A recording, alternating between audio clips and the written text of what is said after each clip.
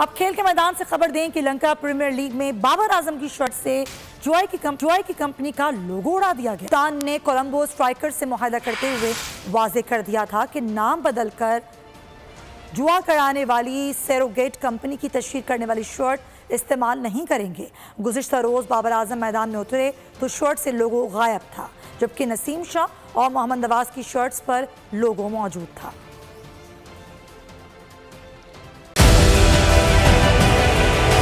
Digital loan scam, आवाम को कर्जों के जाल में फंसाकर लूटने वाले भेड़िए बेनकाब। बोल की काविशें बाराबर साबित हो गईं। ऑनलाइन कर्ज माफिया के गिर्द घेरा तंग हो गया है।